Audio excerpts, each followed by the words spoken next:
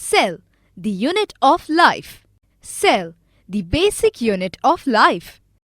Learning about structural organization of a cell. Structural organization of a cell. Activity. In a cricket team, what is function of each of the following? Captain, bowler, batsman, wicketkeeper. Captain supervises the entire team and takes decisions during the play. Bowler throws the ball. Batsman plays these balls. And wicketkeeper collects ball thrown by the bowler to the batsman. List the function of each of the following parts of the body. Stomach, kidney, heart, ears. Stomach is a digestive organ. It stores and churns the food for some time and then enzymes in stomach does partial digestion. Kidneys are excretory organs. They filter our nitrogenous waste products from the blood. Heart is a circulatory organ. It pumps the blood and sends it through blood vessels for circulation. Ears are sense organs for hearing. They also help in balancing the... Is there division of labor seen in the above examples? Yes, in both the cases there is division of labor. The work of one organ cannot be performed by the other. It is specific for every organ. Similarly, the role played in cricket match by different players is also specific. Similar division of labor is seen within a single cell. Each cell has components which perform specific functions within a cell. For example, exchange of materials, synthesis of proteins, release of energy, etc. Activity. Observe the plant cell and animal cell and complete the table. Let us know more about structure and function of each part of a cell.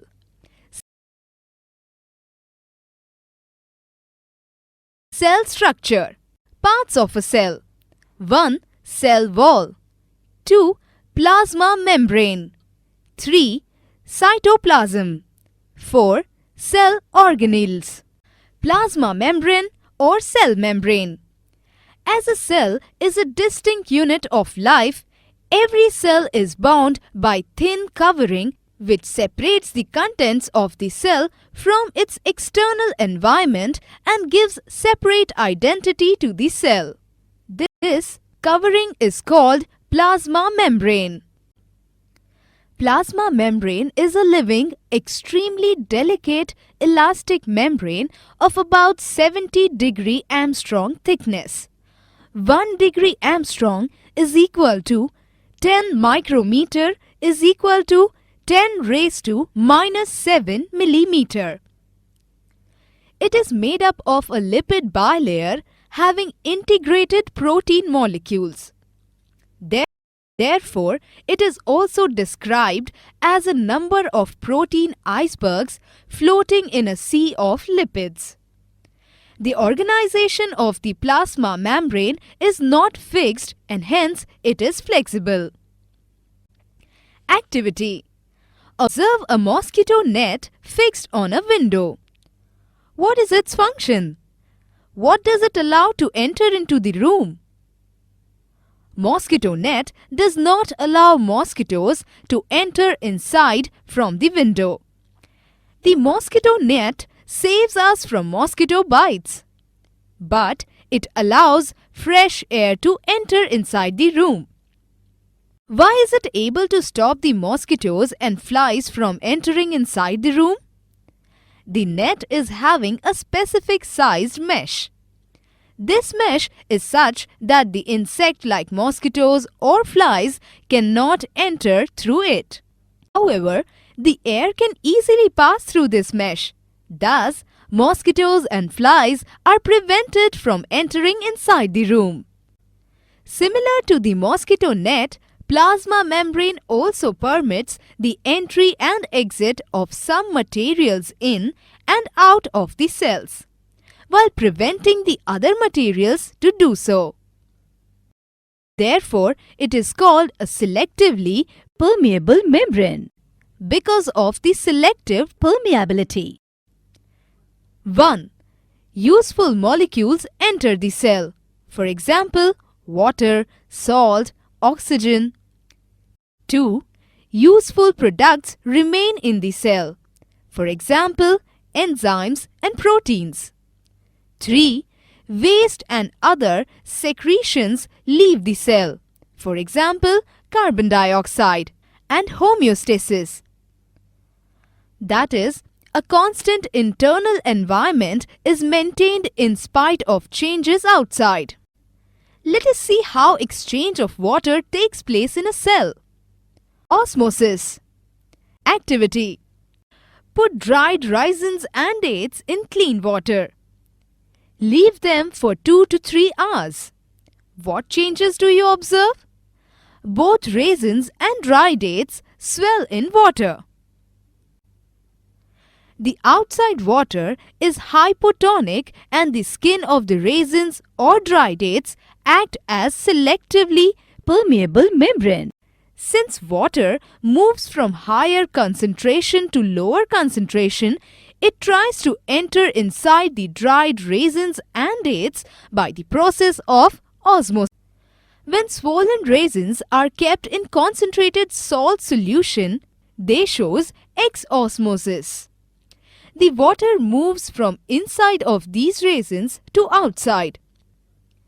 This results into plasmolysis, and the raisins shows shrinkage. Since water concentration inside the raisins is higher than that of the outside water, the osmosis occurs in reverse way.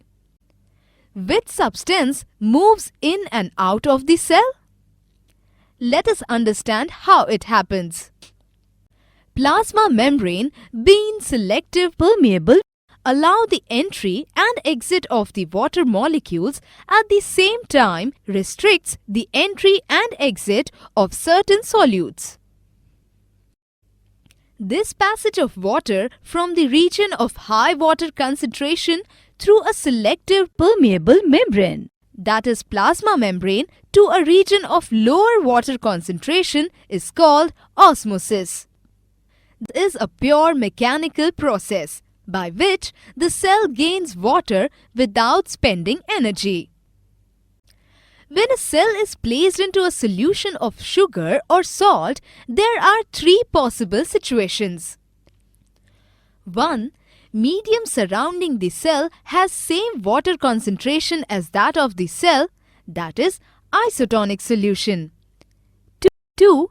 Medium surrounding the cell has higher water concentration than that of the cell, that is, outside solution is very dilute, it's called hypotonic solution. 3. Medium surrounding the cell has lower water concentration than that of the cell, that is, outside solution is more concentrated, it is called hypertonic solution. Activity. Osmosis with an egg. Remove the shell of an egg by dissolving it in 40% dilute hydrochloric acid. The shell is made up of calcium carbonate which dissolves in HCl acid. A thin outer skins now enclose the egg, that is the plasma membrane. Put the egg in pure water and observe after 5 minutes. What do you observe? When deshelled egg is kept in water, it shows endosmosis. Water from outside enters the egg through its selective permeable plasma membrane. Water being hypotonic enter the egg through the plasma membrane. 2. Place similar deshelled egg in a concentrated salt solution and observe after 5 minutes. When deshelled egg is kept in concentrated salt solution, it shows exosmosis. Water from inside of the egg leaves and goes out, causing shrinkage of egg, cytoplasm. Here, egg has more water than outer hypotonic solution and hence water leaves from the egg. What happens to the egg when it is placed in hypotonic solution? When the de-shelled egg is kept in hypotonic solution, it shows endosmosis, outer water entering inside the cell. What happens to egg when it is placed in hypertonic solution? When the de-shelled egg is kept in hypertonic solution, it will show exosmosis, that is inner water from cells going outside. Activity: observe a Rio leaf on its both the surfaces. Note that it is of two colors. The upper surface is green while the lower surface is magenta red, like purple. Mount the peeling of the lower surface of Rio leaf in water on the slide and examine cells under the high power of a microscope. Put a strong solution of sugar or salt on a mounted leaf on a slide. When strong salt or sugar solution is added to a cell of Rio leaf, it will show exosmosis. The water from inside the cell will be seen exuding out, causing plasmolysis of the cytoplasm. Since the cell is in hypertonic solution, it will show plasmolysis. The shrinkage of cytoplasm in animal or plant cell when placed in hypertonic solution is called plasmolysis. Activity: dip some Rio leaves in boiling water for a minute. This kills the cells. Then mount the lower peel of the leaf on a slide and observe it under a microscope.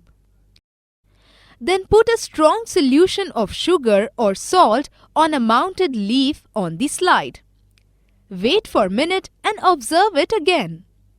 When cells of Rio leaf are boiled, they die.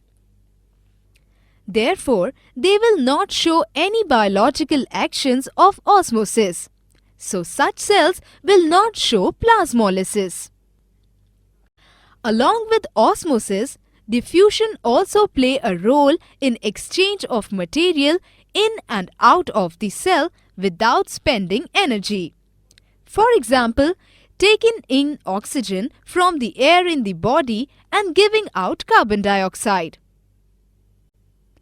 In addition to this, transport of some other molecules like insulin also takes place in and out of the cell. These active circular processes need energy. They are called as endocytosis, that is, engulfing the food and other material from external environment, and exocytosis, that is, throwing out the waste and secretory material.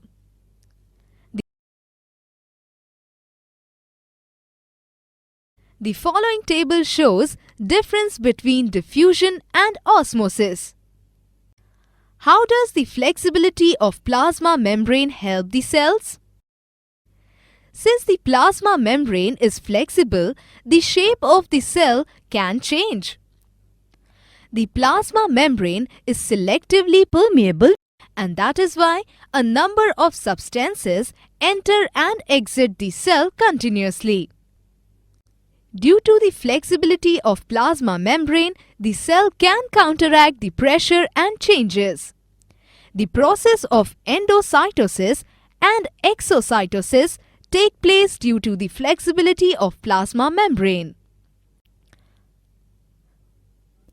Why is the plasma membrane flexible? Plasma membrane is flexible due to its structure. The organization of plasma membrane is such that there are number of protein molecules floating in the sea of lipid. It is also extremely delicate and elastic. The lipid bilayer and integrated protein molecules make the plasma membrane flexible. What will happen if the plasma membrane ruptures? If the plasma membrane ruptures, the cytoplasm will not be protected and bound. The cell inclusions will come out and eventually the cell will die. Cell wall. In addition to plasma membrane, plant cells have another rigid outer covering called the cell wall. It lies just outside the plasma membrane. Cell wall is non-living and freely permeable, allows all sorts of substance to enter and leave the cell freely. Cell wall is made up of cellulose, a type of carbohydrate. It gives protection to the cell and also determines its shape. You have seen what happens when a living cell is placed in a hypertonic solution. The cell absorbs water and swells due to osmosis and become turgid. But the presence of cell wall in plant cells, bacteria and fungi help the cells to counterbalance the pressure excited by the vacuole which is filled with water. The plant cells become turgid but withstands the pressure. Unicellular freshwater organisms and most plant cells tend to gain water through osmosis. Cytoplasm. Activity. Mount a leaf of hydrilla in water on a slide and observe the movement of cytoplasm under a microscope. Note the streaming movement of the cytoplasm which is evident from the moving chloroplast. When you had observed cells from the onion peel, you had seen flat cells with plenty of fluid. This fluid, which lies in between the plasma membrane and nucleus, is called cytoplasm. Living cytoplasm is constantly moving. It is a jelly-like substance. Many cell organelles lies in cytoplasm. Cellular chemical reactions takes place in a cytoplasm. The part of cytoplasm other than organelles is called cytosol. It stores vital substances like amino acids, glucose, vitamins. In animal cells, cytoplasm is more granular and dense, while in plant cells it is thin and mostly pushed to the periphery due to a larger central vacuole. Summary. Plasma membrane is a living, extremely delicate, elastic membrane. Fluid which lies in between the plasma membrane and nucleus is called cytoplasm. Cell wall is made up of cellulose, a type of carbohydrate. It gives protection to the cell and also determines its shape. The shrinkage of cytoplasm in animal or plant cell when placed in hypertonic solution is called plasmolysis. That is all in this topic. Learning is fun. Keep learning.